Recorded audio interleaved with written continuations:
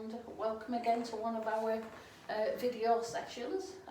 Me again, Jeanette, psychotherapist, and I'm joined today by Alison, the occupational therapist. Yeah, and today we're going to do a session on anxiety, but as always, Alison and I haven't scripted anything for today, so Who knows where this is going?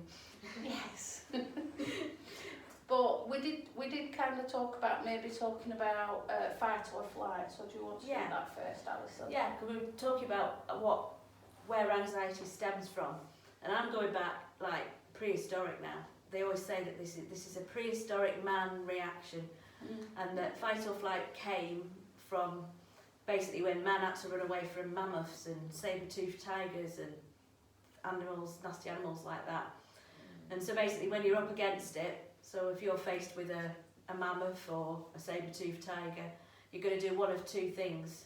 You're going to fight it, or you're going to fly, and you're going to turn and run. And I know when I used to do this in the groups on the day unit, we used to talk about what we would actually do. Would we fight or would we fly? I think most of us would decided that we would probably run away from a situation, but there is a third reaction, and that's sometimes that you can freeze. You see, freeze.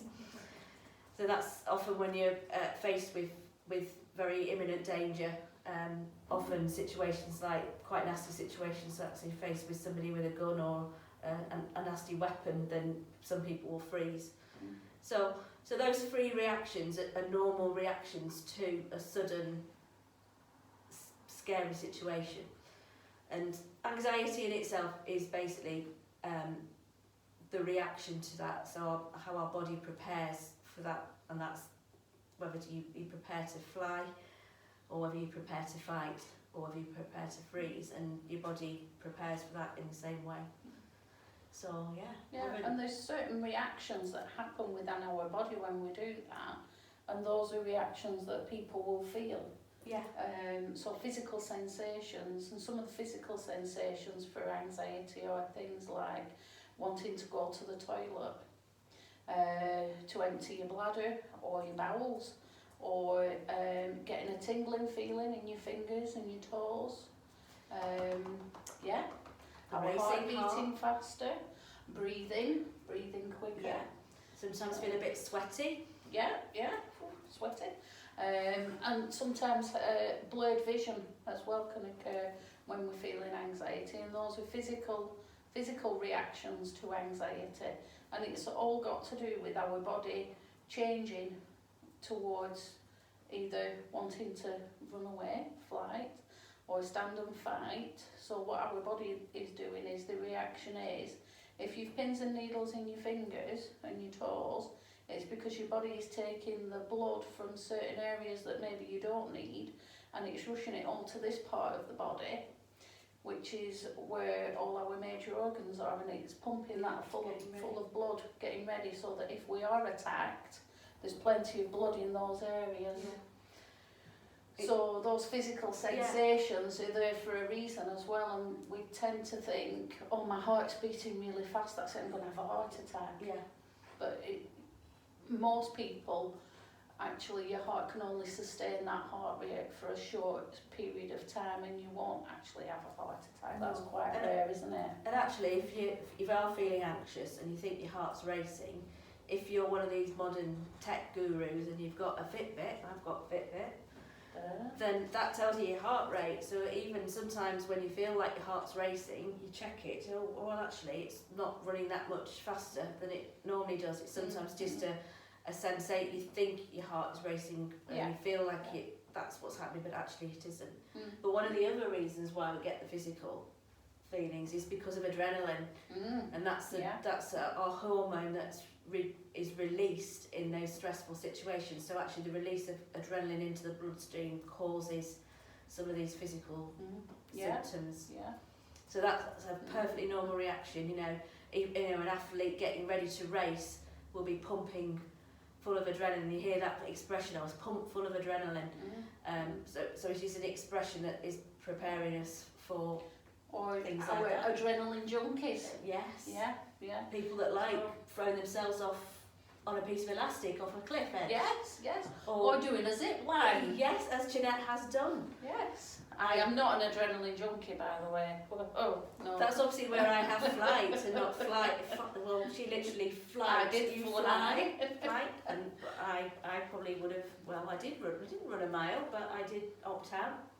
You ran a while. I did run a mile. I did run a mile. I I ran a mile. I didn't do it. I did keep chasing you to get your name, but you wouldn't do it. Yeah. Anyway, we digress. We do. We digress. Yeah, so those are kind of the basic scientific parts, if you will, of anxiety. And it's a really small part of the brain where this happens, isn't it? It is. You know, the amygdala Yeah. and the hippocampus. And it's kind of like... They were big words, Jeanette. Sorry, yeah, they are. Small part of the brain that is still prehistoric. And they kind of work on what I try to tell people is like a traffic light system. So in the beginning, all of us at the moment, like ours, we're kind of on green. So our amygdala is on green at the moment, and we're not in danger, and we're not sensing any danger. Yeah. Although we're a little bit, because we're being videoed, there's a little bit of anxiety maybe there. But for most of us, we bob along each day and we're on green, and then something may happen and it jumps to an amber. So we might be aware of something not quite right. Yeah. And then if we are then in danger, it jumps up to red. And for most of us then, as the situation sort of de-escalates, then we will go back down to amber, and then we'll go back down to green.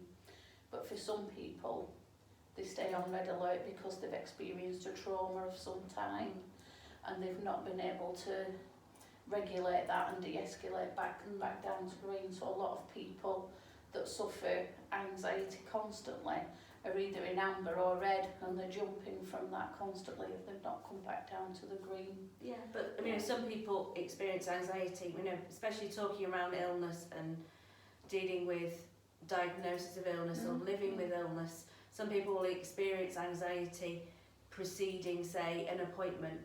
Yeah. So that what I call waiting room anxiety. So you'll wake up in the morning feeling a bit anxious. You might be worrying about it the night before and for a few days before, and then in the morning when you get up, you're feeling more of that heart racing a bit, feeling a little bit sweaty, feeling a little bit dry mouthed, and all those symptoms, however you experience them. And then once you've been through the appointment and you've gone through that event, or you've had the scan done, or you've had the procedure done, whatever got you worried, you'll then find that you get the come down from that afterwards, and that anxiety goes down. Now sometimes, I find this personally, I don't know if others do too, that after the event, that people sometimes experience like will get a headache, or the dry mouth might take a while to go away. And that's just, I think, simply just a come down from your body just coming back down from those physical symptoms and returning to normal. But that, to me, is a normal level and an expected anxiety. In the same way that we used to get anxious about our exams, or say we were... So they're natural anxieties, anxieties. Yeah. Taking to the stage, stage fright, you know, you know, doing your driving test, those sorts of things that we have to do. We have to actually go through that, but we get anxious in the process. And that's natural anxiety that we would all feel. So we would all feel that, but sometimes it can overtake, can't it? And it can. Rather than it being a natural state, it stays with us longer than it would normally stay with us. And so we're going to talk about some little grounding techniques and things that you can do for yourself, maybe to help you just manage those moments of anxiety. So we're not going to go into enormous depth about, for people who maybe suffer anxiety on a long-term basis. What we're doing today is more of to manage your anxiety in those shorter terms, because we'd need a lot more time if we were going into depth, wouldn't we? We would, yes. Yeah. So do you want to, shall we what talk about... Do you want some of my top tips for waiting rooms? Yeah, let's do Alison's top tips for waiting rooms. We've had a good laugh over the years with my top tips for waiting rooms. So things to do when you're sat in the waiting room and you're a little bit worried. So some of the things we've talked about. We've always talked about us ladies. Now this may not apply to the guys that are watching, but us ladies are nosy beings. I'm about to say something else then. Actually, Alison, I'm going to say that I think men sometimes are nosier. Do you think than they're women. nosier than women? I Right, do. okay. Yeah. So anyway, this is a good time. This is when I give you permission to be nosy and to eavesdrop. Because it's a really good distraction. So if you're sat there worrying, you can perhaps listen in to, I always say, don't listen in to what other people in the waiting room are talking about, because they might be talking about their ailments and their problems. And that's not healthy, no, is it? That could make you feel a bit more worried and anxious yourself.